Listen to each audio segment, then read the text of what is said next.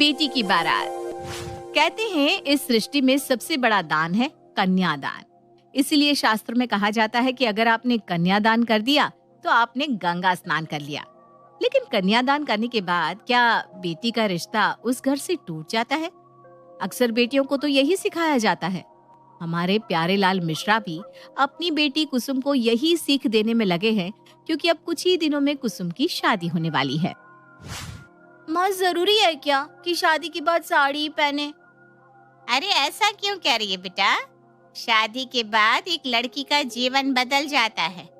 उसे समाज, ससुराल, रीत रिवाज के हिसाब से चलना पड़ता है कुसुम।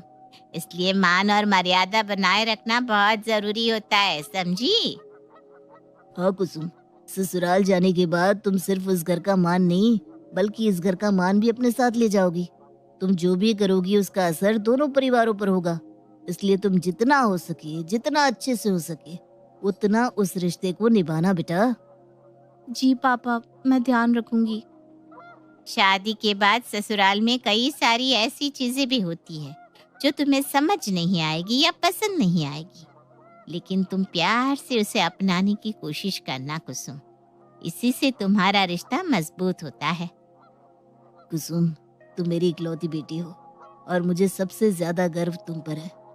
हम तुम्हारी शादी करवा रहे हैं, लेकिन इसका मतलब ये नहीं कि तुम्हारा इस घर से रिश्ता ही टूट जाएगा। मुझे यकीन है कि तुम हमारा सर कभी भी नीचे नहीं होने दोगी। तुम गर्व हो, हमारा गर्व। अरे कहाँ खो गई है महारानी? पता नहीं किस ख्यालों में खो जाती है ये। नहीं माँ जी, कुछ नहीं, बस यूं ही कुछ याद आ गया था। अरे आप जल्दी से काम कर और मेरे लिए एक कप चाय भी बना दे। कब से सर में दर्द हो रहा है। जी अभी बना देती हूँ माँ जी। पता नहीं क्या देख के हमने इस लड़के से अपना रिश्ता जोड़ा था। ना अकल है ना शक्ल, ना ठीक से कोई काम करना आता है।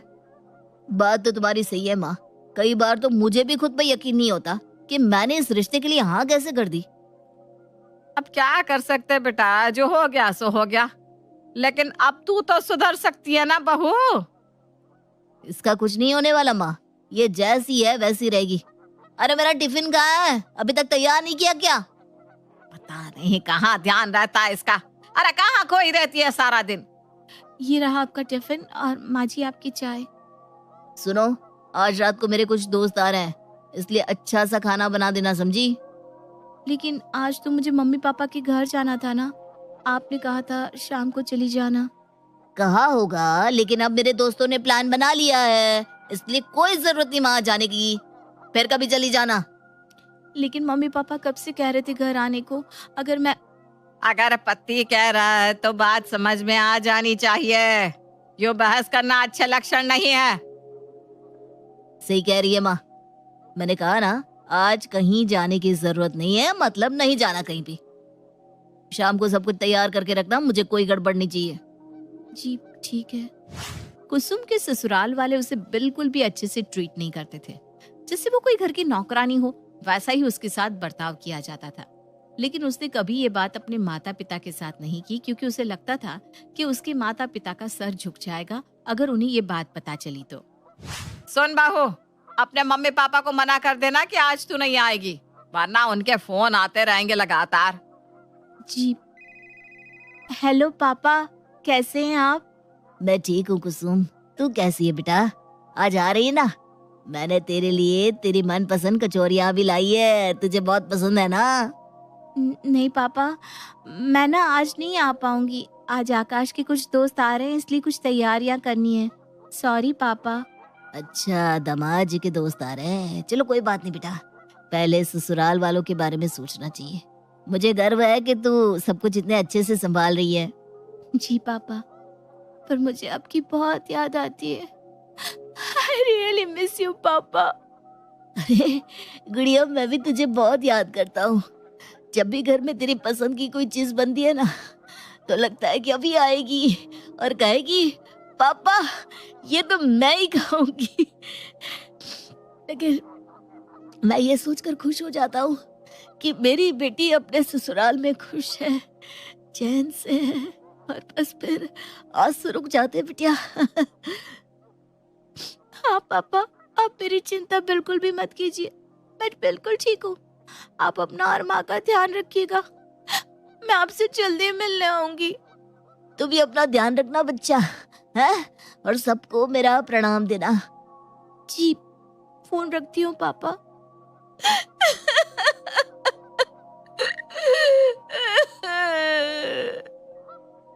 पापा, मुझे आपकी बहुत याद आती है।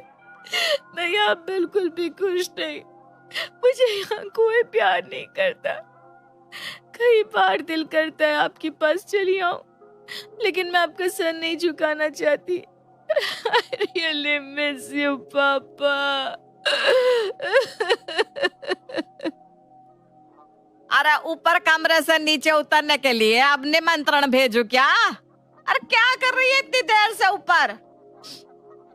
बस आ रही हूँ माँ जी। कुसुम के साथ जो भी हो रहा था वो अपने माता पिता से इस बारे में कुछ भी नहीं कहती थी। चुपचाप सब कुछ सह रही थी, लेकिन उसके ससुराल वालों का बर्ताव दिन प्रतिदिन उसके प्रति और बुरा होता जा रहा था। सारा खाना बन गया है ना? जी, सब कुछ बना दिया है। इसमें पकोड़े कहाँ हैं?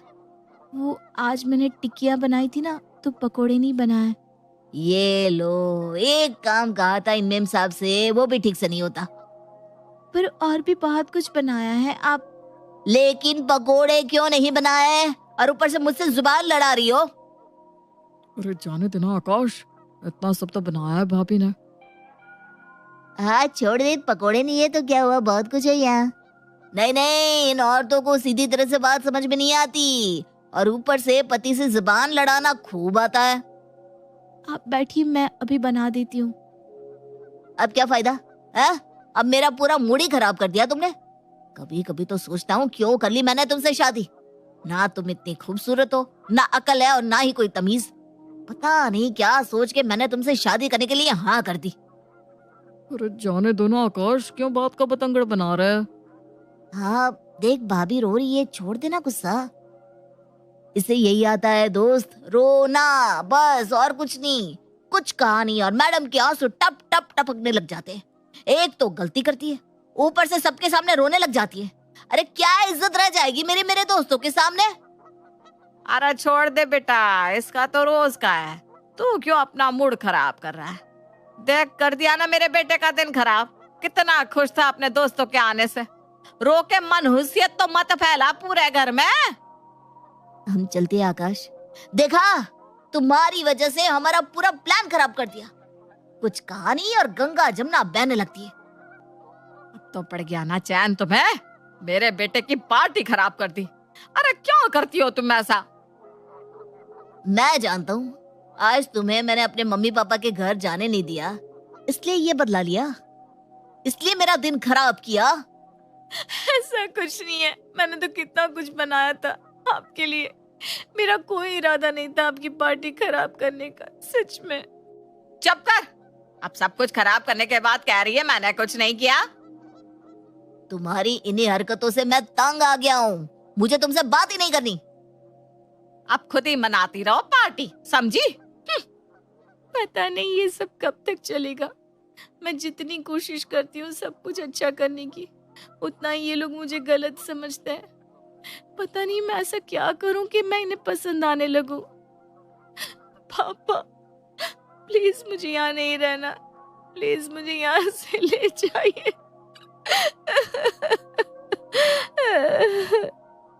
अरे आकाश, ये कुसुम तो बेहोश हो गई, जरा जल्दी आ। रोते रोते कुसुम बेहोश हो जाती है। आखिर क्या था उसके बेहोश होने का कारण? कोई बीमारी या कुछ और? अब पता नहीं कुसुम की जिंदगी कौन सा मोड़ लेने वाली थी। कुसुम के ससुराल में उसकी हालत एक नौकरानी से ज्यादा नहीं थी। उसके ससुराल में कोई उससे ना प्यार करता था और ना ही उसकी इज्जत। लेकिन वो ये सब चुपचाप सह रही थी, बस इसलिए क्योंकि उसे अपने माता पिता के सिखाए संस्कार याद थे। उसे डर था कि कहीं उसके कोई कदम उठाने से उसके माता पिता की इज्जत ना चली जाए। कुसुम की कई बार बेइज्जती की जाती, उसे ताने मारे जाते, और आज तो उसके पति ने उसके दोस्तों के सामने खरी खोटी भी सुना दी, जिसके बाद रोते हुए कुसुम बेहोश हो गई। आप दोनों बाहर रुकिए, मैं चेक करके आपको बताती हूँ। ठीक है डॉक्टर। अब पता नहीं कौन सी नई मुसीबत लेकर आई है ये लड़की। हाँ बीमार हो गई है, पता नहीं कितना खर्चा करवाएगी। पता नहीं क्या होता रहता है इसे। अब ये बीमार पड़ गई तो घर का काम कौन करेगा? देखते ना डॉक्टर क्या कहती है, फिर पता चलेगा और क्या। आपको चिंता करने की कोई जरूरत नहीं है। मतलब ठीक है ना, तो घर का काम कर सकती है ना ये अब। अरे पहले पूछिए तो सही कि वो ठीक है या नहीं, बीमार क्यों हुई थी। आपको तो सिर्फ घर के काम की पड़ी है। बेहोश क्यों थी ये? आपकी पत्नी माँ बनने वाली है, अब आपको उनका ज्यादा से ज्यादा ख्याल रखना होगा। क्या मैं पापा बनने वाला हूँ? माँ सुना तुमने, मैं पापा बनने वाला हूँ। अरे वाह वाह वाह, ये तो बहुत खुशी की बात है। हमारे घर जल्दी ही छोटा आकाश आने वाला है, मेरे घर का चिराग। Thank you doctor. छोटी गुड़िया भी तो आ सकती है ना। देखिए अब आपको उनका बहुत ध्यान रखना होगा। उनकी हालत देखकर लगता है कि वो बहुत ज़्यादा रोई हैं और उनका खाना पीना भी इतना सही नहीं है, इसलिए आज से उनका ध्यान रखिएगा। उन्हें बिल्कुल भी स्ट्रेस नहीं होना चाहिए। जी जी डॉक्टर, हम उसका पूरा ध्यान रखेंगे। ठीक है, मैं कुछ दवाइयाँ लिख देती हूँ, आप उन्हें अच्छे से दीजिएगा। कुसुम की जिंदगी में इतने वक्त बाद कोई खुशी आई थी। वो माँ बनने वाली थी और इसी वजह से थोड़ा सा ही सही, लेकिन उसके ससुराल वालों का बर्ताव उसकी तरफ पहले से सही हो गया था। ये ले दूध पी ले, मेरे पोते को अच्छे से पोषण मिलना चाहिए। मैं नहीं चाहती वो तेरी तरह कमजोर पैदा हो। ले पी ले दूध। जी माँ जी। तुमने अपनी दवाई ले ली है ना? जी मैंने ले ली है। देखो मैं नहीं चाहता कि मेरे बच्चे को कुछ भी हो, समझी? तुम अपना ध्यान रखो ना रखो, लेकिन मेरे बच्चे का पूरा ध्यान रखना होगा। जी मैं अपना पूरा ध्यान रख रही हूँ। एक बार मेरा पोता आ जाए, फिर मैं उसे अपने हाथों से पालूंगी, देखना आकाश। हाँ माँ, तुम ही पालना मेरे बेटे को। मैं नहीं चाहता कि वो अपनी माँ की तरह बने। कुसुम गर्भवती थी, लेकिन इसके दौरान हर वक्त उसे यही कहा जाता था कि उन्हें लड़का ही चाहिए, जिससे कुसुम और भी डरी डरी रहने लगी थी। कुसुम तुम्हारा बीपी बढ़ा हुआ है, क्या बात है? किसी बात का टेंशन है क्या तुम्हें? डॉक्टर क्या आप बता सकती हैं ये बेबी लड़का है या लड़की? कुसुम तुम्हें पता है ना कि ये बताना बहुत बड़ा अपराध है, फिर क्यों पूछ रही हो? सॉरी डॉक्टर, मैं तो बस यूं ही। तुम्हारे ससुराल वाले तुम पर दबाव डाल रहे हैं क्या? नहीं नहीं डॉक्टर, ऐसा कुछ भी नहीं है, मैं तो बस यूं ही पूछ रही थी। वो सब तो बहुत खुश है। मैं रोज ऐसे लोगों को देखती हूँ कुसुम, और मुझे पता है कि तुम मुझे कुछ नहीं बताओगी, लेकिन प्लीज अपना ख्याल रखो और टेंशन बिल्कुल मत लो। जी डॉक्टर। कुसुम को डर था कि कहीं उसकी बेटी हो गई तो शायद उसका जीना उसके ससुराल में और भी मुश्किल हो जाएगा। इसी डर में वो अपने दिन रात बिता रही थी, और उसका ये डर सच भी हुआ जब उसकी बेटी ने जन्म लिया। एक खुशी मांगी थी इससे, वो भी ये नहीं दे पाई। इससे उम्मीद करना ही हमारी गलती थी माँ। घर का चिराग मांगा था, ये तो एक और कुसुम ले आई। ये बच्चे हम दोनों की है आकाश, आप इसके बारे में ऐसा मत कहिए प्लीज। तुम ज्यादा जबान मत लड़ाओ, समझी? मैंने तुमसे कहा था ना मुझे बेटा चाहिए। पर ये मेरे हाथ में तो नहीं था, इसमें मैं क्या कर सकती हूँ? तो कुछ नहीं कर सकती, क्योंकि तेरा भाग्य ही ऐसा है। जब से शादी करके आई है तब से हमारे सर पर बोझ बनी हुई है, और अब तो इसकी बेटी भी आ गई। आकाश आप तो समझिए, ये आपकी बेटी है, आपका खून है, आप ऐसा कैसे बोल सकते हैं अपनी बेटी के बारे में? ये तुम्हारी बच्ची है, तुम ही पालो इसे। मेरी बेटी है, लेकिन मेरा मन बेटे को पाने का था। आप लोग ऐसा कैसे सोच सकते हैं? ये आपके घर का खून है, जरा सा तो प्यार दिखाइए। माँ मैं घर जा रहा हूँ, तुम इन दोनों को लेकर आ जाना। ठीक है बेटा, जा, तू थक गया होगा, जाकर आराम कर ले बच्चा। कुसुम का डर हकीकत में बदल गया था। बेटी होने के बाद उसके ससुराल वाले उसके साथ और भी बदतमीजी से पेश आ रहे थे। अरे कुसुम, अभी तक खाना नहीं बनाया? क्या कर रही थी सुबह से? माँ जी गुड़िया को आज तेज बुखार है, वो रोए जा रही है, इसलिए खाना बनाने के लिए वक्त ही नहीं मिला। अब बच्चे का बहाना बना रही है ये, बस यही सुनना रह गया था। माँ जी मैं बहाना नहीं बना रही हूँ, सच में गुड़िया की तबीयत खराब है। तो तू क्या चाहती है? क्या भी इस उम्र में मैं काम करूं? बस यही दिन देखना रह गया था।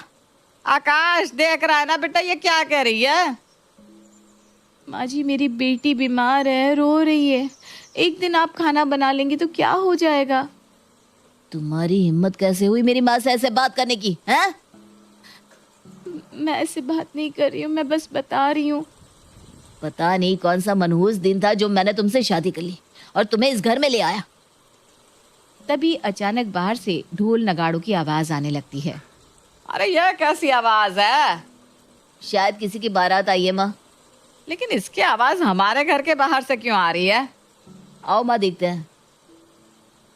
अरे ये किसकी बारात लेकर आया है कोई, वो भी हमारे दरवाजे पर? पता नहीं माँ कौन है। अरे वो देख, सजी हुई कार भी है और उस पर कोई नाम भी लिखा हुआ है। पढ़ तो जरा, किसका नाम है? कुसुम। अरे इस पर तो कुसुम का नाम लिखा हुआ है। पापा बारात लेकर क्यों आए हैं? कुसुम चल बेटा, मैं तुझे लेने आया हूँ। पापा ये सब क्या है? और आप? कुसुम, मैंने तुझसे कहा था कि रिवाजों को जितना हो सके निभाना, पर ये तो नहीं कहा था ना कि घुट घुट के जीना, अपना अस्तित्व खो देना, अपनी इज्जत खो देना। नहीं बेटा नहीं, ये सब तुम क्यों सहती रही? आपको ये सब कैसे?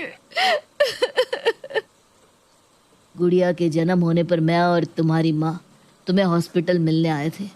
तभी हमने बाहर खड़े होकर इन माँ बेटों की बातें सुन ली थी।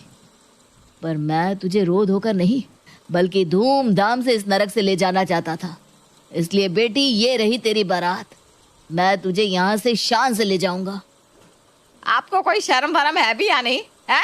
समाज की कोई चिंता नहीं है? शर्म की बात आप ना करे तो बेहतर होगा बहन जी। आपने किसी की भूल सी बेटी को नौकरों से भी बदतर तरीके से रखा है। प्यार के नाम पर बस उसे ताने दिए हैं और आप शर्म की बात कर रही हैं। और रही बात समाज की, तो आज इस पूरे समाज के सामने मैं कहता हूँ कि मेरी बेटी मुझ पर बोझ नहीं है, मेरा गर्व है।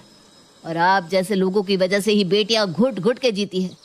इसलिए ऐसे लोगों को तो समाज में किसी को भी अपनी बेटी नहीं देनी चाहिए। आप पूरी जिंदगी अपनी बेटी को संभालेंगी क्या ससुर जी? बेटा, मेरी बेटी आत्मनिर्भर है। वो अपना और अपनी बेटी का ख्याल खुद रख सकती है। उसे किसी के भी ऊपर आधार रखने की कोई जरूरत नहीं है। तुम्हारा दुर्भाग्य है कि तुमने अपनी बेटी को नहीं अपनाया।